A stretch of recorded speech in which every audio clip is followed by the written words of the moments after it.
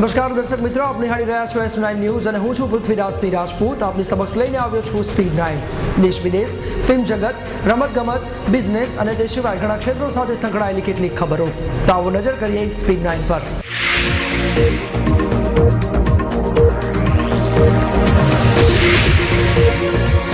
લો પ્રેશરના કારણે ઉત્તર મધ્ય અને દક્ષિણ ગુજરાતમાં ભારે વરસાદ.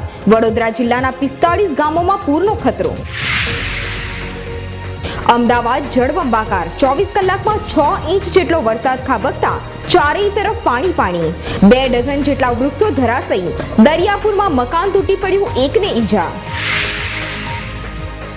સાબરમતીમાં પાણી વધતા ધોળકા, સાળંગ, દસફોઈના 30 થી વધુ ગામો એલર્ટ કરાયા.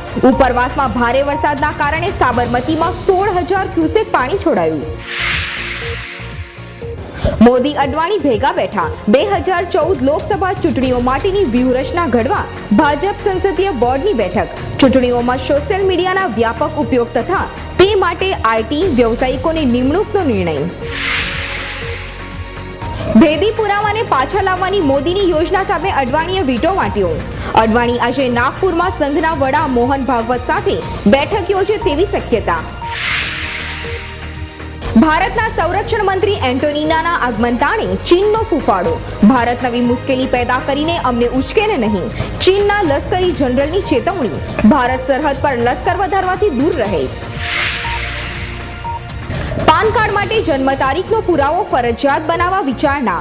નકલી પાન કાર્ડ સામે આયકર વિભાગની ઝુંબેશ. ભારતીય વિદ્યાર્થીઓ માટે ફ્રાન્સે વિઝા નિયમો હળવા કર્યા. ગયા વર્ષે 2600 ભારતીય વિદ્યાર્થીઓ ઉચ્ચ શિક્ષણ માટે ફ્રાન્સ ગયા હતા.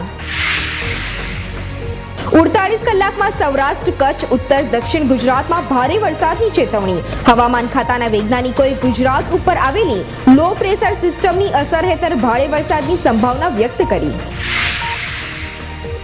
ઇજિપ્તમાં મોર્સી પદભ્રષ્ટ. વચગાળાના પ્રમુખ તરીકે ટોચના ન્યાયાધીશ મહેમૂદ મૈસૂરના શપથ. ઇજિપ્તના શક્તિશાળી લશ્કરે મોર્સીની પદ પરથી હકાલપટ્ટી કરી અટકાયત કરી. 15મી સુધીમાં પત્તો ન મળે એ લાપતા લોકોને ઉત્તરાખંડ સરકાર મૃત માની લેશે. આગામી 2 દિવસમાં ભારે વરસાદની ચેતવણી. રાંઝણા પર પાકિસ્તાન સેન્સર બોર્ડનો પ્રતિબંધ. વિવાદાસ્પદ વિષયનો આરોપના કારણે પાકિસ્તાન ફિલ્મ સેન્સર બોર્ડે ફિલ્મ દર્શાવવા પર પ્રતિબંધ મૂક્યો. ઓનલાઈન વ્યવહાર માટે ઈપીએફઓએ સુધારેલું પીએફ ટ્રાન્સફર ફોર્મ બહાર પાડ્યું. ઓનલાઈન ટ્રાન્સફરની સંપૂર્ણ સેવા 1 માસમાં શરૂ થશે. મુલાયમ વિરુદ્ધ બોલતા અટકાવાશે તો કોંગ્રેસ છોડી દેવાની બેની પ્રસાદની ધમકી. નેપાળમાં ભૂસ્ખલન, પૂરથી 50ના મોત, 12,000 લોકો વિસ્થાપિત. બેંકોએ કબજે લીધેલી મિલકતના વેચાણ પર સ્ટેમ્પ ડ્યુટીની વસૂલાત ગેરબંધારણીય. સ્ટેમ્પ ડ્યુટી વસૂલ કરવાના રાજ્ય સરકારના જાહેરનામાને હાઈકોર્ટે રદ કર્યું. બારતોલી વિમેન્સ ફાઇનલમાં સેમીફાઇનલમાં તખતો તૈયાર કર્યો. ડમ્બલ્સ, મિક્સ ડબલ્સનું ભારતનું સેમીફાઇનલ સુધીનું સફળ પ્રસ્થાન. શ્રીલંકા સામેની શૃંખલા માટે દક્ષિણ આફ્રિકાની ટીમ જાહેર.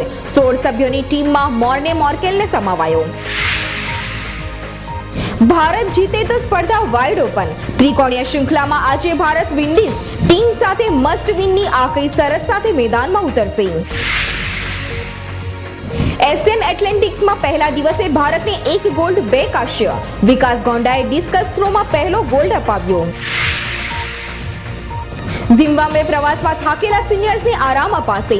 ગંભીર પાછો આવશે. ગૌતમ ગંભીરને બોલાવી મુરલી વિજયને તક આપી શકાય. ઉપરાંત ઇજાગ્રસ્ત ઇરફાન પઠાણને સ્થાને શમી અહમદને ચાલુ રખાય તેવી શક્યતા. સાથે અંબાતી, રાયડુ, એનેશ્વર પુજારાની સંભાવના. અમેરિકામાં એચઆઈવી સામે લડત માટે ફેસબુક, ટ્વિટરનો ઉપયોગ. મૂળ ભારતીય ડોક્ટર વિરાજ પટેલની દેખરેખ હેઠળ કેમ્પેન હાથ ધરાયો. ધોળી ધજા કડાણા બંધ પર હાઈ એલર્ટનું સિગ્નલ.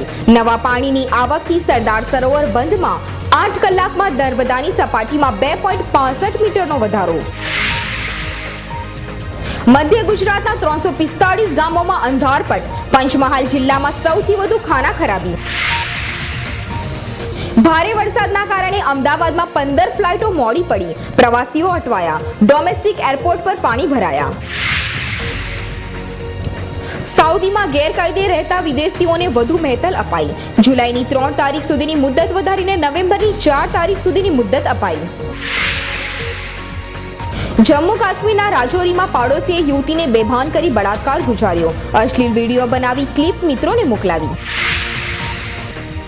રેલવે બઢતી કૌભાંડ. બંસલ સાક્ષી ભાણેજ સિંગલા મુખ્ય સૂત્રધાર. સિંગલાની વગનો ઉપયોગ રેલવે બોર્ડ મેમ્બરની મલાઈદાર જગ્યા પર બઢતી માટે થતો હતો. તો દર્શક મિત્રો, આ હતી અમારી ખાસ રજૂઆત સ્પીડ 9. આવી જ ખબરો સાથે ફરી મળીશું. ત્યાં સુધી રજા આપશો. નમસ્કાર.